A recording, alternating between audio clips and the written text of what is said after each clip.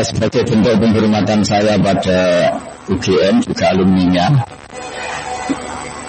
saya akan utarakan referensi yang valid juga jadi perilaku. Ada aturan dalam ilmu hadis, jadi di antara aturannya itu sebuah riwayat itu menjadi kuat meskipun asal-usulnya riwayat yang lemah kalau menjadi perilaku sosial. Karena perilaku sosial itu menunjukkan didikan atau pendidikan atau tarbiyah dari leluhur sampai kita. Misalnya saling memaafkan.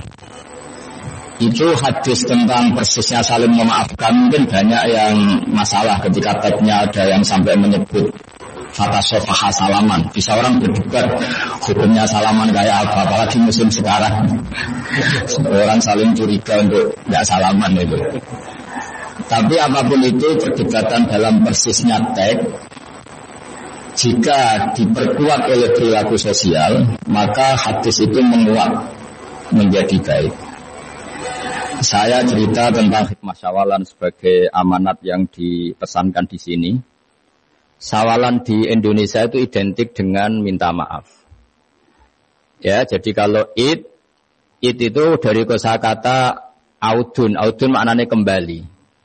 Setelah kita puasa 1 bulan, kita insya Allah ber-KTP surga lagi.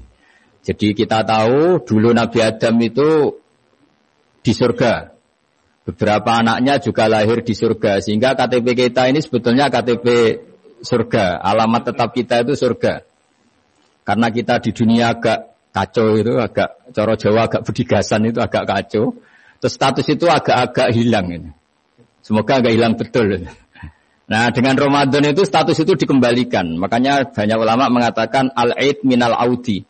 Dari kata kembali, kita yang dulu penduduk surga, insya Allah barokahnya Ramadan yang diterima, itu menjadi status penduduk surga lagi. Disebut minal aidin. Kita kembali lagi ke fitrah, kembali lagi ke status kehambaan yang benar. Sehingga kita layak menjadi ahli surga.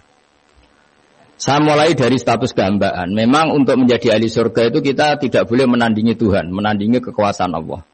Sehingga syarat dasar masuk surga itu harus abdullah. Kita berstatus hambanya Allah. Disebut fadkhuli fi ibadi. Masuklah dulu sebagai hambaku. Jadi kita berstatus sebagai hambanya. Baru setelah layak jadi hambanya, baru wadkhuli jannati. Baru berstatus layak sebagai ahli surga. Jadi status kehambaan ini kita mantapkan dulu. Jangan ada status lain kita di depan Allah kecuali status kehambaan. Saya punya analogi dan itu saya ulang-ulang karena di antara ciri Quran itu mengulang-ulang sesuatu yang harus jadi pegangan. Saya ulang lagi, di antara ciri Quran itu mengulang-ulang sesuatu yang jadi pegangan. Jika kita belajar ilmu fisika atau ilmu apa saja, maka kita akan bicara materi sesuai statusnya. Jadi kita harus latihan untuk iman kepada Allah. Saya tanpa mengurangi rasa hormat, saya memberi contoh begini. Ini jam, materinya dari besi. Ini kertas, materinya ya kertas. Tentu secara fisik, orang akan bilang jam ini lebih kuat timbang kertas. Dan itu pasti dibenarkan dari segi materi. Tapi kalau Anda beragama dan Anda tahu bahwa pengendali alam raya ini Allah Ta'ala, maka kamu akan bilang, terserah Gus Baha. Gitu. Bisa saja jam ini saya punya niat saya hancurkan, kertas yang lemah ini saya simpan. Sehingga jam tangan ini 5 menit lagi saya hancurkan sehingga benar-benar rusak. Sementara kertas ini saya simpan sampai bertahun-tahun awet. Nah, kira-kira seperti itulah ilmu manusia. Sesuatu yang kita sangka kuat, ternyata Allah punya rencana menghancurkan itu. Dan yang kita sangka lemah, ternyata Allah punya rencana untuk mengabadikan itu. Nah, di sini pentingnya iman lahu maqalidus samawati wal ard. Hanya Allah yang mengendalikan semua. Jadi jangan mentang-mentang kita punya ilmu bahwa materi besi itu lebih kuat timbang kertas, terus kita pastikan bahwa besi lebih awet ketimbang kertas. Kita sisakan satu keyakinan, terserah Allah, terserah pengendalinya. Nah itu agama, bilang terserah pengendalinya itu agama. Ya mungkin tadi aja problem sinyal, saya ulang lagi. Ibarat saya ini megang jam. jam tangan, yang materinya dari besi. Ini kertas yang materinya lemah. Tentu kita akan bilang bahwa jam atau besi lebih kuat ketimbang apa? Kertas. Tapi Anda salah. Anda harusnya ngomong bahwa terserah pengendalinya. Bisa saja saya punya rencana menghancurkan besi ini sehingga 5 menit lagi hancur. Dan saya ingin mengabadikan kertas ini saya simpan di tempat yang aman. Nah, kira-kira agama itu bukan anti ilmu, sehingga agama boleh kamu mengatakan besi ini lebih kuat ketimbang kertas. Tapi harus kamu tambahi dari segi materi. Tapi kalau dari segi pengendalinya, maka kita jawab terserah Allah Subhanahu wa Ta'ala. Nah, ini di sini pentingnya beragama. Jadi meskipun Mars itu kayak apa kuatnya, bumi, gunung kayak apa kuatnya. Ternyata gunung yang kita kira kuat, ternyata nyimpan magma yang potensi meledak. Yang gunung kecil, yang kelihatan dari pasir kecil yang tidak berdaya, ternyata nggak nyimpan magma, jadi nggak direncanakan untuk diledakkan. Itu, nah, agama itu seperti itu. Yang disebut di surat Yasin, misalnya Allah itu siapa? Biyadihi malakutu kulli, yang dalam kendalinya itu semuanya di alam raya ini. Sehingga di kehidupan nyata juga sama. Ada orang yang nekuni ilmu ekonomi, tapi miskinnya Masya Allah. Ada yang gobloknya Masya Allah tapi kaya. Ada kiai yang punya doa banyak, hidupnya biasa. Yang nggak punya doa kaya. Itu saya pernah baca di sebuah hadis qudsi. Ada riwayat begini. Nabi Musa ketemu Allah ditanya. Limadza kata Allah. Kenapa saya memberi rezeki orang yang bodoh? Ahmak itu orang yang bodoh sekali. Kadang tak ciptakan dia jadi orang kaya. Dan yang pintar ekonomi kadang tak ciptakan jadi orang miskin. Si Nabi ini tanya, kenapa ya Allah? Supaya dia tahu yang mengendalikan rezeki itu saya, bukan ilmunya dia katanya. Jadi banyak orang, misalnya kita yang pinter, dipekerjakan orang yang nggak pinter, yang punya pabrik tidak pinter, mengerjakan orang yang pinter. Jadi ya kira-kira agama itu seperti itu. Sehingga dalam kita beragama itu yang paling ditekankan itu tawadhu. Tawadhu itu merasa sopan atau memang sopan betul. Kalau dalam Ihya disebut, jika Anda tidak bisa tawadhu secara rasa, tawadhulah secara ilmu. Saya ulang lagi ya, sekiranya Anda tidak bisa tawadhu secara rasa, tawadhulah secara apa? Ilmu. Karena ilmu itu akan abadi. Saya beri contoh begini, saya ini kan misalnya kiai di kampung saya atau di kecamatan saya. Saya mungkin bisa merasa hebat karena saya tokoh di sini. Tapi pastikan sebelum ada saya yang bernama Baha ini, agama sudah jalan. Dan di daerah lain yang nggak kenal saya juga agama sudah jalan. Betapa tidak pentingnya saya di kawasan-kawasan yang nggak butuh saya atau di era yang sebelum ada saya. Nah, dengan ilmu seperti itu orang pasti tawadhu karena dia tahu daerah yang nggak ada saya ternyata ya ada masjid, ada agama. Periode yang sebelum ada saya juga agama jalan. Jika kita tidak kumo luhur, wah kalau nggak ada saya agama nggak jalan. Zaman Wali Songo tidak ada saya agama ya jalan. Ekonomi juga gitu. Kalau Anda pakar ekonomi yang mensejahterakan rakyat, cara tawadhu itu kalau nggak bisa dengan rasa, dengan ilmu. Sebelum ada kamu banyak orang kaya, banyak orang yang nggak kenal kamu juga kaya. Banyak periode yang saat itu udah ada Anda juga kaya. Berarti Anda ini tidak siapa-siapa. Makanya saya pernah didatangin seorang profesor. Ini kisah nyata. Gus, sebetulnya saya dengan bapak saya itu pinter mana. Bapak saya itu tidak tamat SD. Tapi saya bisa profesor. Saya ini profesor. Anak saya naik kelas saja sudah senangnya bukan main. Artinya ini orang bodoh bisa menciptakan orang pinter. Yang orang pinter kesulitan menciptakan orang pinter lagi. Nah, kalau kita tidak bisa tawadhu secara rasa, tawadhulah secara ilmu. Ikhlas juga gitu. Saya sering mengajarkan ikhlas di beberapa kesempatan ngaji. Kalau Anda tidak bisa ikhlas secara rasa, ikhlaslah secara ilmu. Pasti bisa, bukan mungkin bisa, pasti bisa. Secara ilmu. Makanya di Quran disebut fa'lam annahu la ilaha illallah. Ilmu, fa'lam itu dari kata ilmu. Saya beri contoh, saya mulai kecil sampai sekarang. Sekarang saya sekitar umur 50 tahun. Mulai kecil sampai sekarang itu ya bilang kalau kertas ini putih. Itu ya ada yang gaji, ada yang bayar. Tapi saya selalu bilang kertas ini putih. Yang hitam ya saya katakan hitam, yang merah saya katakan merah. Kenapa? Karena itu fakta. Saya ulang lagi, karena itu fakta. Sehingga saya untuk mengatakan putih tidak perlu ada yang bayar. Sehingga ketika kita latihan sholat, latihan ibadah, dan mengakui Allah itu sebagai Tuhan kita akan malu. Loh, faktanya Allah itu kan Tuhan. Mau mengatakan fakta kok minta upah ini gimana? Kita mengatakan Allah Tuhan itu sama dengan mengatakan kertas ini putih. Sama-sama itu fakta. Sama seperti saya mengatakan Pak Jokowi itu presiden kami. Itu kan fakta. Masa nunggu kalau dikasih BLT katakan presiden, kalau enggak ya enggak. Itu kan ribet jadi. Pak Panut misalnya rektor UGM. Mbok saya enggak digaji di sana atau enggak kerja di sana, bilang kalau beliau itu rektor. Pak Ganjar gubernur Jawa Tengah. Mbok saya dikenal apa enggak ya beliau tetap gubernur. Lama sekali kita mengatakan fakta itu ikhlas. Ikhlas itu artinya enggak minta apa-apa. Karena kita ingin ngomong sesuai fakta. Nah Allah Tuhan itu fakta gitu. Nah kenapa untuk mengatakan Allah Tuhan nunggu? Bahak saya ini Tuhan kamu. Ya nunggu dulu Gusti, kalau engkau masukkan kami ke surga, engkau Tuhan. Kalau enggak ya enggak jadi. Tidak bisa seperti itu. Ya Allah tetap Tuhan.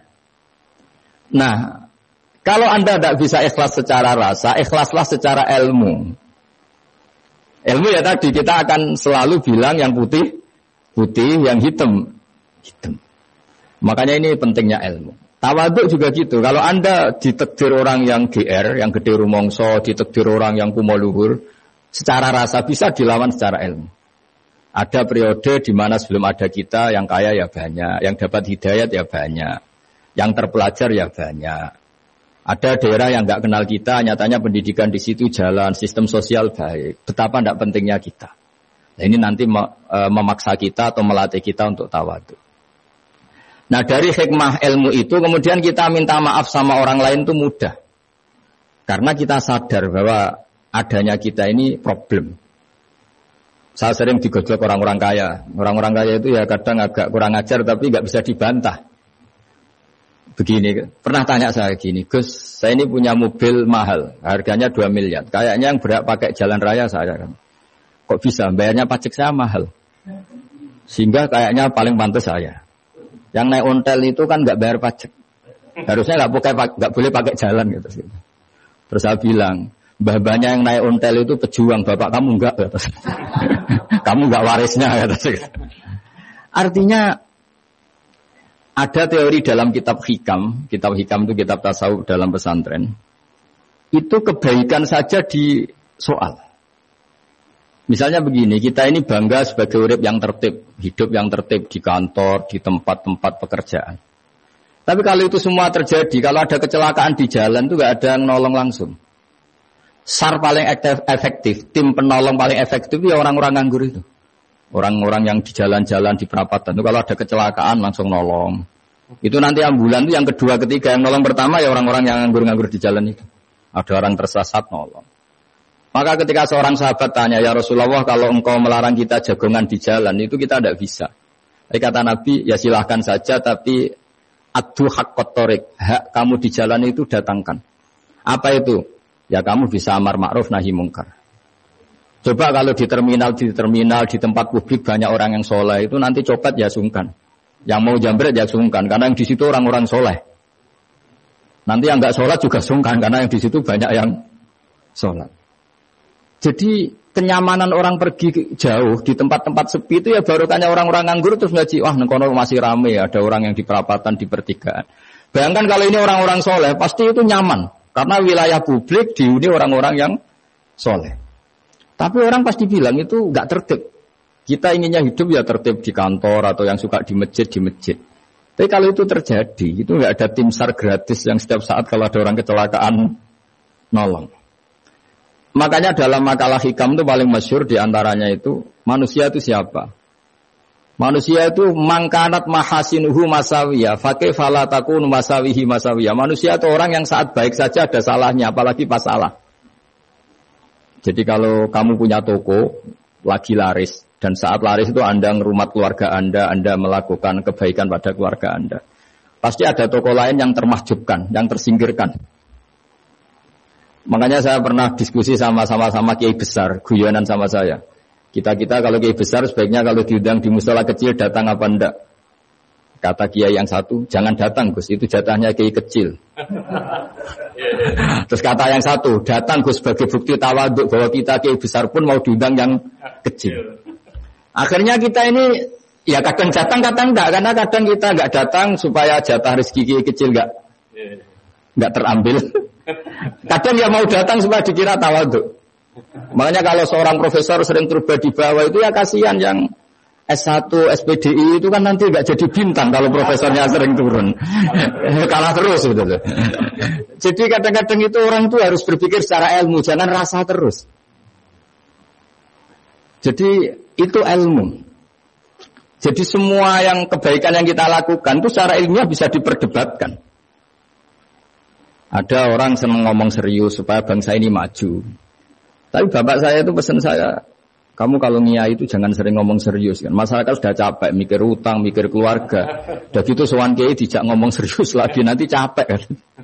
Sehingga kiai-kiai dulu itu kalau ketemu orang ya guyon terus. Karena tahu masyarakat sudah capek. Sudah banyak yang takut tanggal kredit gitu. Sudah takut tanggal kredit, takut problem sowan kiai diancam neraka lagi itu kan ketakutan berkali-kali. Jadi makanya ini kan kebaikan itu dievaluasi karena kita tidak nabi, tidak wali. Jadi kalau kata hikam itu apa yang Anda kira baik itu ada masalah. Apalagi sedang masalah. Saya sering cerita ada orang suami istri harmonis sekali. Itu tanyakan ibunya, pasti mulai gak peduli dengan ibunya karena terlalu harmonis dengan istri. Itu pasti bukan mungkin lagi. Jadi jangan tanya istrinya, tanya ibunya. Oh, jok nikah lupa saya, ngalor ngidul sama istrinya. Tanyakan temannya, wah itu jok nikah lupa temen. Tapi yang baik sama teman, tanyakan istrinya, jatah belanja untuk ngopi. Ya begitu terus itu. Jadi siklus sosial itu.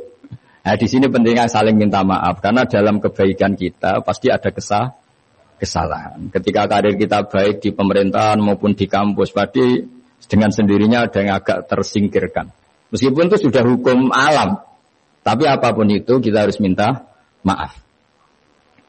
Makanya banyak, saya sering cerita berkali-kali, dulu itu ada dua nabi yang seangkatan. Itu luar biasa, debat ilmiahnya, tapi debat baik. Mulai dulu ya ada polemik itu ya, mulai dulu ya ada. Yang Nabi Yahya itu suka berkawan orang-orang soleh. Kalau ditanya, kenapa kamu berkawan orang-orang soleh? Ya enak lah, karena berkawan orang soleh. Yang Nabi Isa sering berkawan orang-orang yang enggak jelas. Ditanya, kenapa Anda suka berkawan orang-orang yang enggak jelas? Innama ana tabibun udawil mardo. Nabi dan kiai itu ibarat dokter, ya tentu menyembuhkan yang sakit. Kalau Anda seorang dokter pasti neliti daerah-daerah pandemi, masa neliti daerah sehat. Nah, jadi dulu Bapak wasiat ke saya gitu, kowe nak jadi kiai kayak bengkel. Jadi kiai itu kayak bengkel. Kalau enggak siap dadane orang enggak jelas ya jangan jadi kiai kan. Itu ya, tapi kan masalahnya kita sendiri solehnya pas-pasan, takut terkontaminasi. Jadi yang jelek bukan jadi baik, kita yang baik jadi jelek. Nah itu kan mulai dulu ya polemik, sejauh mana kita punya kekuatan untuk tidak terpengaruh yang negatif. Yang negatif terpengaruh kita menjadi positif. Jadi ini cerita-cerita sawalan bahwa dalam kebaikan kita itu ada kesalahan.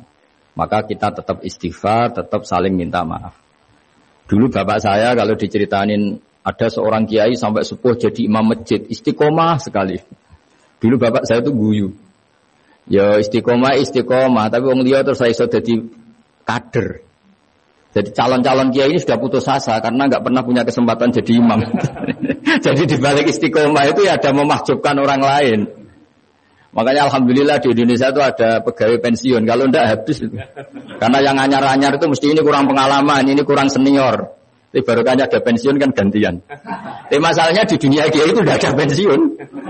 Tambah sepuh tambah mantap, tambah sepuh tambah mantap. Nah itu sebaiknya ya mulai mundur-mundur sedikit dari imam masjid gitu.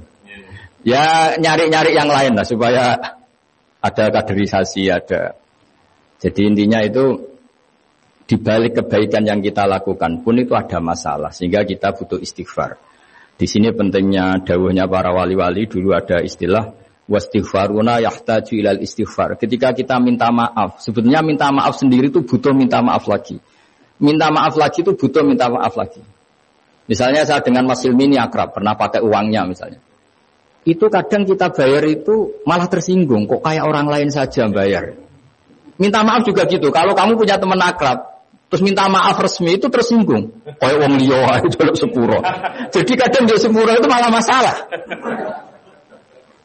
Itu kan sama, kamu punya teman akrab terus kalau mau main, assalamualaikum, sakit masuk nopo boten, angsal boten.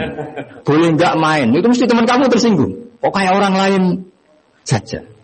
Artinya ketika Anda merasa benar karena protokoler ketika masuk ke teman, ternyata itu salah. Teman kamu maunya enggak protokoler karena sudah akrab. Tapi ketika kita merasa akrab, ternyata selonang-selonang dianggap problem, kita tidak pernah tahu. Nah di sini kata ulama-ulama, minta ampun itu kebutuhan manusia. Karena dalam kebaikan kita pasti ada kesalahan. Makanya disebut wastighfaruna yahtaju ilal istighfar. Kita selalu diajari Rabbana dzalamna anfusana. Ya Allah, kita ini selalu mendolimi diri kita sendiri. Jadi saat kita baik pun ada unsur kesalahan.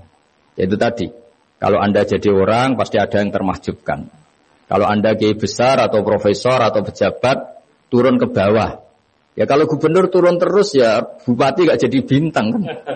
Kalau saya kiai besar misalnya turun terus ya kiai kampung itu ya sekasian. Musa pernah diundang Manakipan tidak datang itu kiai kecil bilang matur nuwun Gus gak teko atau iwake. Atau iwake gak entuk saya katanya. Ya barokahnya saya ada itu lucu ya matur nuwun betul. Matur nuwun Gus jenengan gak dugi jadi. Akhirnya jatah besarnya untuk saya. Nah tapi yang punya rumah komplain, Gus tak udang ratau teko pepe aku wong cilik. Aduh. Nah ini saya harus mendahulukan versi Soibul Bait yang punya rumah apa versi kiai yang termahjubkan. Artinya pilihan apapun saya harus istighfar karena ada saja unsur salahnya. Ya makanya ini kan ya saya minta UGM juga saya sering undang saya terus nanti dikira karena kampus besar Gus mau juga keliru lagi. Kalau 1-2 kali mungkin boleh, kalau keseringan ya nggak boleh. Nanti itu dikira saya maunya hanya sama kampus besar, padahal saya sama RT ya sering datang juga. Nah ini yang terakhir saya bacakan teks otoritatif sebagaimana janji saya. Kata Rasulullah SAW di sebuah hadis. Ini terakhir nanti supaya nggak lama-lama saya juga punya wazifah. Ada orang itu punya hutang. Hutang itu ya hutang, memang hutang. Singkat cerita orang itu tidak bisa bayar sampai akhirat. Dan aturannya Allah orang yang punya hutang tidak bisa bayar ini harus diaudit, harus diselesaikan di akhirat. Kalau tidak bisa diselesaikan di dunia, diselesaikan di akhirat. Walhasil akhirnya di akhirat itu ditagih dan tidak mampu bayar. Karena di akhirat sudah tidak ada kredit, tidak ada ATM, tidak ada apa saja. Terus kata Allah solusinya kebaikan kamu dikasihkan yang ngutangi. Ternyata kebaikan dia tidak cukup juga. Bayarnya apa? Kejelekan yang ngutangin dikasihkan yang utang. Kayak apa celakanya? Kebetulan yang ngutangi salahnya banyak, ini kan repot. Tapi Allah itu tidak suka kalau ada orang mukmin yang satu saudara kemudian masuk neraka karena saudaranya ini. Kata Allah, jika ini masuk neraka berarti disebabkan komplain atau ketidakikhlasan temannya yang mukmin. Masa orang mukmin menyebabkan mukmin yang lain masuk neraka? Allah tidak ingin. Makanya di antara nikmatnya beragama itu ukhuwah, persaudaraan. Baik persaudaraan atas nama iman atau atas nama kebangsaan atau atas nama kemanusiaan. Akhirnya si yang ngutangi ini tadi, jangan dibahasakan kreditur, nanti kita kayak bank, pokoknya yang ngutangin lah nanti. Ya bahasa gampangnya yang ngutangin, karena tidak semua orang ngutangnya sama bank. Sama Allah ditunjukkan satu surga yang luar biasa. Nanti tak baca teks Arabnya ya, supaya dapat berkahnya bahasa Arab. Terus saking mewahnya surga itu, si yang ngutangin tanya, ya Allah itu untuk Nabi siapa? Karena semewah itu pasti untuk kelas Nabi. Atau untuk wali siapa? Katanya, terus kata Allah, sabda Allah, untuk siapapun yang mampu membeli. Lalu siapa yang bisa membeli surga semewah itu? Kamu bisa. Terus, dengan apa ya Allah? Kamu mengampuni teman kamu itu. Kamu bebaskan dari utangnya. Nanti tak kasih surga itu. Terus, akhirnya sama Allah, Kata orang itu, ya Allah saya bebaskan. Ya sudah kamu berdua masuk surga. Karena Allah tidak ingin ada kasus aneh. Dua orang mukmin ini kan bersaudara. Masa bersaudara kemudian yang satu menjadi penyebab masuknya neraka karena ini tidak mau memaafkan. Artinya kalau kita sawalan itu harus benar-benar mau memaafkan. Karena kalau tidak, Anda menjadi penyebab teman kamu masuk neraka. Jadi kita janganlah jadi orang mukmin yang menjadi problem bagi saudara kita. Jadi makanya saya itu berharap ada wali utang saya terus tidak bisa bayar karena ini masih dibela-belain Allah ini. Karena Allah nggak ikhlas kalau ada walinya masuk neraka. Jadi kalau ada wali utang kamu itu utangin saja, doain nggak bisa nyaur, no? Nggak bisa bayar. Nanti ini akan dibela-belain Allah di akhirat. Karena wali ini nggak pantas masuk neraka. Ya, jadi kalau ada wali utang kamu mau bayar sudah, Anda tidak usah bayar, nanti di akhirat saja itu. Lah yang ribet kalau yang kamu utangin dia ahli neraka, kamu nagihnya disuruh masuk neraka. Nah, itu ribet itu. Sudah utang dia ahli neraka. Ya tak baca teksnya supaya ini ada di kitab Ihya halaman 197 juz 2. Status hadisnya waqala sahihul isnad, kata Imam Hakim hadis ini sahihul isnad. Saya baca Arabnya nanti insyaallah sebagian ya supaya kelihatan teks aslinya di bab hukukul muslim. Bernama Rasulullah sallallahu alaihi wasallam jalisun izdhika hatta badat sanayahu. Nabi ketika santai-santai duduk tahu-tahu tertawa sampai gigi depannya itu kelihatan. Jadi tertawa sangat sampai gigi depannya kelihatan. Yang notabene beliau sering hanya senyum, kali ini tertawa betul sampai gigi depannya kelihatan. Faqala Umar radhiyallahu anhu ya Rasulullah bi abi anta wa ummi mal ladzi adhakaka. Apa yang bikin kau sampai tertawa seperti itu? Qala rajulani min ummati jasaya baina yaday rabbil izzah. Dua lelaki dari umatku sama-sama sungkeman nuntut keadilan di depan Allah. Jasaya itu sungkem, duduk bersimpuh itu kalau dalam bahasa Arab itu namanya jasiyah. Faqala ahaduhuma ya rabbi khudli mazlamati min hadza. Faqala wa rudda ala akhika mazlamata. Qala ya rabbi lam yaqali min hasanati syai'un. Faqala wa ta'ala li talib kaifa tasna'u bi akhika wa lam yaqalahu min hasanati syai'un. Faqala ya rabbi falyahmil anni min auzari. Kalau kebaikannya dia tidak cukup, ya salah saya supaya dilimpahkan ke dia. Terus summa fadat aina Rasulullah sallallahu alaihi wasallam bil buka. Nabi di tengah-tengah cerita itu nangis, senangis-nangisnya karena habis senang lalu nangis karena ini kan kebaikannya sudah dikasihkan habis, enggak cukup. Akhirnya kejelekan yang utangin ini diberikan. Makanya kalau kamu ingin masuk surga, utangi orang-orang soleh sebanyak-banyaknya. Dan doain enggak bisa apa? Nyaur. Tapi tak jamin orang soleh itu enggak suka utang. Karena hidupnya sederhana ini. Kayaknya saya tidak akan utang Mas Ilmi. Karena orang soleh itu hidupnya sederhana, pasti tidak butuh. Kalaupun utang paling ya untuk makan, kan gampang nyaurnya apa? Terus kata Rasulullah, faqala inna dzalika yaumun azimun yauma yahtadun nasu fihi la yuhmala anhum min auzarihim. Terus fayaqulu Allah ta'ala lil mutadzallim irfa' basarak. Coba kamu lihat yang di sana itu ada apa? Fanzur fil jinan, coba surga itu kamu lihat.